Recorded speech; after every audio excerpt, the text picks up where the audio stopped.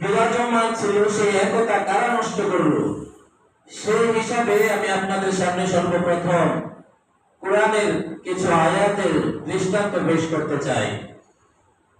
আল্লাহ পাক রব্বুল আলামিন বলেন, ইয়া আইয়ুহাল্লাযীনা আমানু লা তাত্তাখিযুল ইয়াহুদা ওয়ান নাসারা আউলিয়া, যে হে দুনিয়ার ঈমানদারেরা, তোমরা ইহুদি এবং খ্রিস্টানদেরকে অভিভাবক রূপে, বন্ধু রূপে গ্রহণ করিও না।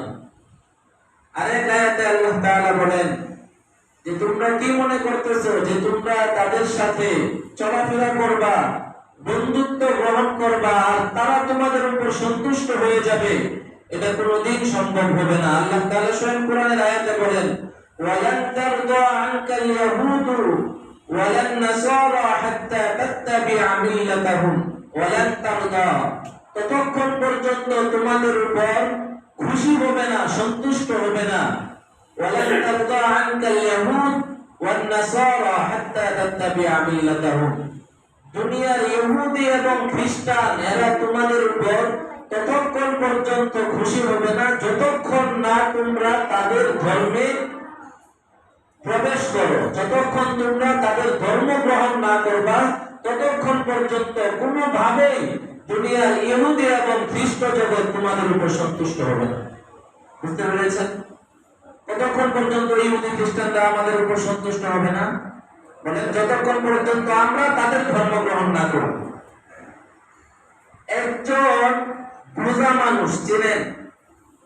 আমাদের সমাজে অনেকে আছে পিঠ বাঁকা, মাথা বাঁকা, এগুলো এখন কম দেখা যায়। ওই বুঝা একটা ব্যক্তিকে একটা গল্পের মধ্যে আসছে, এক সময় আল্লাহ তাআলা তাকে সুযোগ দিয়েছিলেন যে তুমি দুনিয়াতে আমার দেওয়া অনেক নিয়ামত থেকে বঞ্চিত, আজকে আমি তোমাকে বলতেছি, এই মুহূর্তে তুমি আমার কাছে যা চাইবা আমি তোমার সেই মনের আশাটাই পূরণ করব। এই পৃথিবীতে বোঝা মানুষ প্রয়োজন হাতে গোনা, 500, 1000, 2 লক্ষ, 5 লক্ষ, কিন্তু ভালো মানুষ তো 800 কোটি। বোঝা মানুষ অনেক কম না? কিন্তু দেখেন, আল্লাহ তাআলা বলছে যে তুমি এখন আমার কাছে কি চাও, যা চাইবা আমি সেই আশাটাই তোমার পূরণ করব। ওই বুঝা ব্যক্তি সে তো বলতে পারতো যে আল্লাহ, দুনিয়ার অধিকাংশ মানুষই তো ভালো, সুজা, তো আমি যেহেতু বুঝা, তুমি আমাকে সোজা বানায় দাও। ওই বুঝা ব্যক্তি বলে কি, আল্লাহ আমি যেমন বুঝা, সারা দুনিয়ার সব মানুষরা তুমি আমার মতো বুঝা বানায় দাও। চিন্তা করেন, ইহুদি খ্রিস্টানদের এই চরিত্র।